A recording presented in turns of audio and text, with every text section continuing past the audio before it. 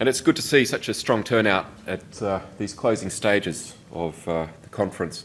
And with that, I think I'd like to congratulate the Chamber of Mines and Petroleum for hosting what I've found to be a conference full of incredible spirit and energy to get things done.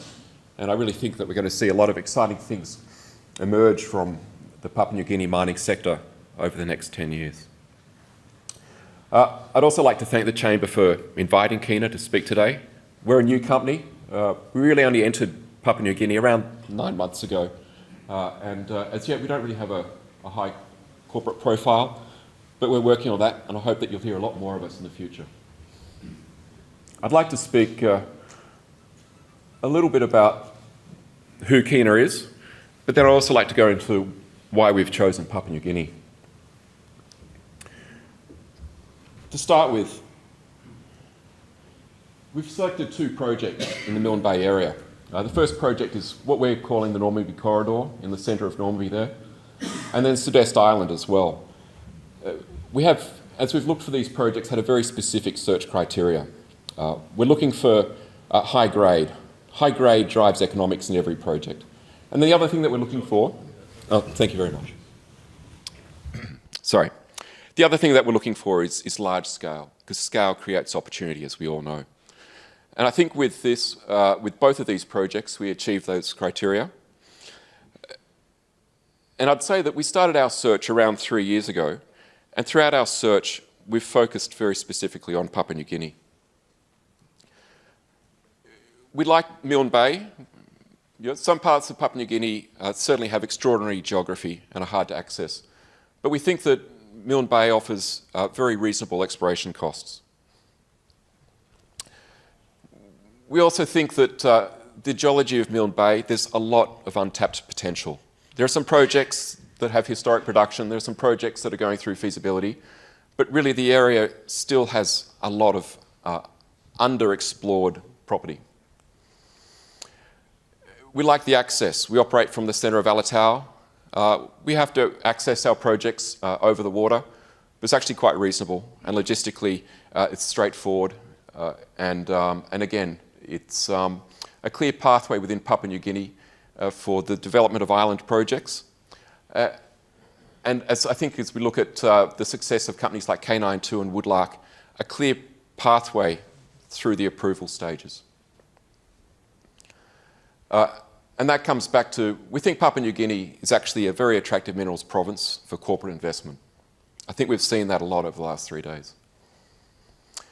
I'll talk a little bit about why Papua New Guinea from a macro point of view. You've seen versions of this slide many times over the last 3 days. But I think it's worth repeating. Papua New Guinea has a long and successful history of mining. It has an incredible copper and gold endowment. Its natural wealth is really unbelievable. I think also, as we look at some of the corporate activity, we're very encouraged by the entry of Newmont into Papua New Guinea, and looks like they're not holding back. They're really full of enthusiasm as they move ahead with their projects, particularly Wafu-Golpu. We're really excited to see the restart of Porgera.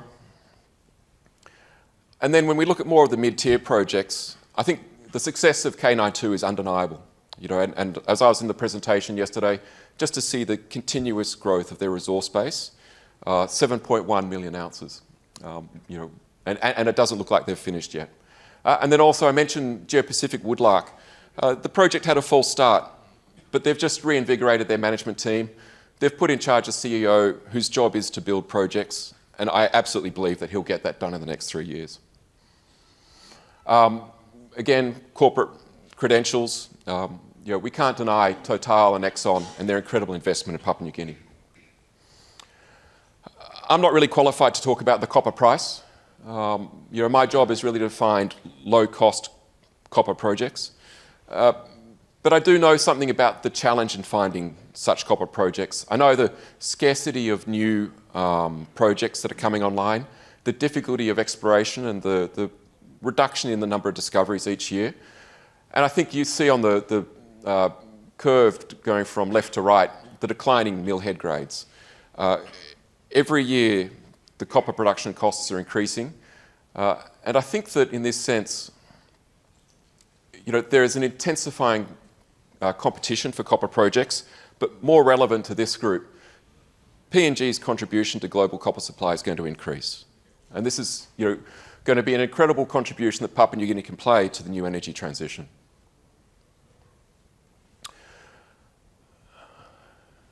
Just going back a little bit on why we have confidence in Papua New Guinea, I'd just like to sort of repeat some of the things that you've all seen over the last few days in terms of this growing momentum. I've already referred to the increasing metal inventory at K92. Maya Resources, I'm not sure how familiar you are with Maya and if you've seen them today over the last few days. They've just raised 130 million, but that doesn't quite say it all. They've raised 130 million from the leading private equity and private credit investors in this industry. The leading investors have chosen Papua New Guinea. I've referred to Woodlark, it's going to happen. Tolu is just relisted and we're going to see Tolokuma go into redevelopment. And we're seeing, for the first time in a long time, fully funded exploration portfolios. And I'll just comment on that briefly. I don't think that's something that's unique to Papua New Guinea. The whole mining industry choked on a glut of maybe misguided capital investment over 2009 to 2012, and then they pulled back their budgets. And there's been a scarcity of global exploration capital since around 2012. COVID didn't help that. It's slowly coming back, but where is it going? A lot of it's going to Papua New Guinea. A little bit about Kina. So there are 4 key people in the management team. The chairman, Andrew Vigor. Many of you may know Andrew, but he's got very strong expertise in resource modelling. And in fact, he started his career in Papua New Guinea working with CRA and has consulted to many of the larger projects in Papua New Guinea. You're certainly, whilst I'm new to Papua New Guinea, as a team we're not. Carly Prendergast, her expertise in copper porphyries.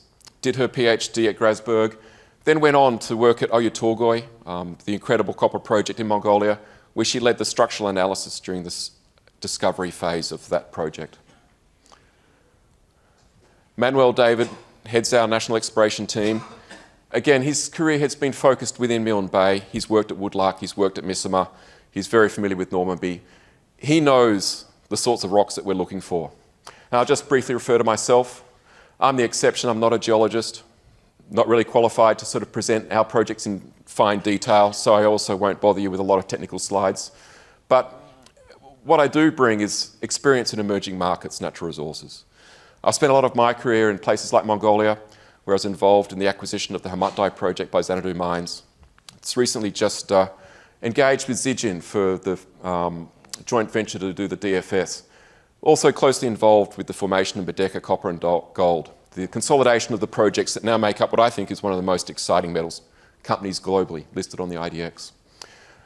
So I'm somewhat familiar with the way that these projects evolve in markets like Papua New Guinea. And to my mind, Papua New Guinea is unique, but it's not unique. It's got an incredible cultural heritage. The communities have their unique geography, but the challenges that these projects face are global challenges, whether you're based in Australia, Mongolia, Indonesia, or Milne Bay. Which brings us to the other key partners in our project, our communities. Our landowners are an intrinsic part of our projects. And both of us are actually very strongly aligned. We want to see the creation of enduring benefits for all stakeholders. And so I think that, as we're getting to know each other as a new company in Papua New Guinea, as we're establishing our credentials, and I hope establishing a good reputation, we're starting to work together for our mutual success. So just a little bit on the geology. Why do we select our projects? I mentioned high grades, I mentioned scale, but let's define that a little bit more clearly. What we've done at Normanby is we've consolidated 2 projects through some joint venture arrangements where we cover this whole structural corridor. This corridor covers a transfer fault, the Trobriand fault, and as some of you, or sort of the geologists among you might well know, the transfer faults are closely related to the development of large-scale projects. they send in deep roots for the metals to come up to near the surface. So we think that this is really an incredible position, and it's validated not just by what we understand of regional tectonics and then the local faulting and structure. It's also validated by an enormous geochemical footprint. The green is copper in streams, the yellow is gold in streams. And this goes back to some early reconnaissance work, which I'll address in a second. But there's no doubt about this potential scale of this system that we're just starting to really define. I'll also note that to the east of our licence, there's a 204,000 ounce gold resource, average grade of about 5 grams. We think that's interesting. We think it's got scope to grow. But today I'll just refer to it as really an indication of the intense geological activity over this strip of land. Zooming in on the west though, this is the area that we're really most interested in at the moment. I show you again that copper in streams and the gold in streams and that large footprint. What's sort of drawn us to this is what was really some outstanding reconnaissance work by ESSO. And there's been very limited, I should say, follow-up on this since the mid-1990s.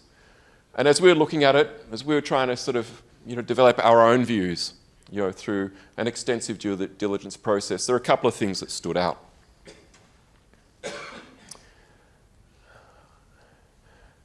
As I just put up a couple of areas where there's sort of an intense sort of collection of both copper and gold rock chips. I guess what I'd like to point out is that the copper in streams covers a certain area, but the copper in rocks goes well beyond that area.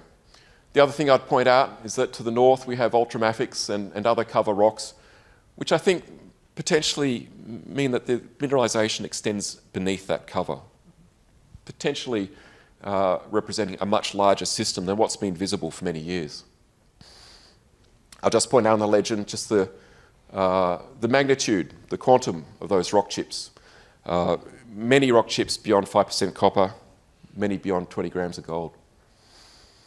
I'll move on to our second project, Sud-Est.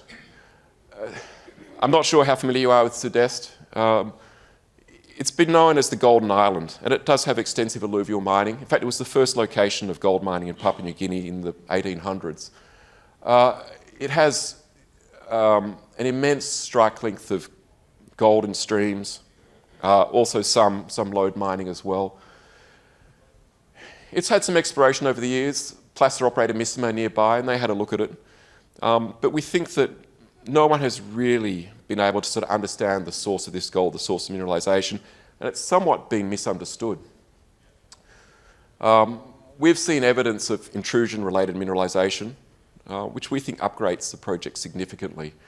And early days, but we think there's potential here for epithermal or mesothermal project, and also we think there's potential for a free milling project. No need for complex chemical processes to remove the gold from sulfides. We're starting to, as I said, understand better the geology here, but most exciting, it's been undrilled. There's some work to be done before we drill, but it hasn't been properly tested, and I expect that we'll be the first ones to really test this project. You would have seen this curve, be quite familiar with this, so I'll just use it to briefly summarise what we want to do over the next 12 to 18 months. First thing is recognise the value that really has to accrue to all stakeholders. Our community, the project, our investors. And as we walk through the steps, the first step is we've got a lot of geochemical and structural geology. We know where to focus. Our task now is to delineate multiple targets and then to drill them. That's where the real value is created. And we think that by the time we sort of move the drills to the project, we're going to have a very exciting high-impact drill program. The rest is looking a little bit in the future, but that drilling is really where we crystallise the value. And I can only say what we believe, what compels us, that we really have significant potential to make a new discovery here. But we've got to go through those early steps before we can really put our hands on our hearts and say it. Okay, I'll just wrap up here. A few key highlights. Conviction. The management team, the 4 people, they're the 4 shareholders. We're all highly motivated, but also we have a strong conviction. All of us have a lot of choices as to how we want to spend our time. We've chosen to spend our time in Papua New Guinea at Normanby and Sud-Est. Grade, I've taken you through some of the rock chips. You've seen the extensive geochemical footprint. There is a lot of smoke. There's no doubt about that. And I'll just repeat, there's a lot of smoke. It's everywhere throughout that structural corridor, and it's along a 35-kilometre strike length at Sud-Est. But most importantly, we know what we need to do. Right? We have a very clear path to follow as we go through the exploration and discovery process, and it's very achievable. For the next 12 to 18 months, we're focused on surface geology, very reasonable exploration costs. I think we've got a very good chance of discovering significant mineralisation at a very, very low cost. And as we go through that process, I look forward to coming back and reporting to you next year with how we've gone through and met our milestones and what that means to Kina and its communities in Papua New Guinea. And with that, I'll conclude, but thank you for your time.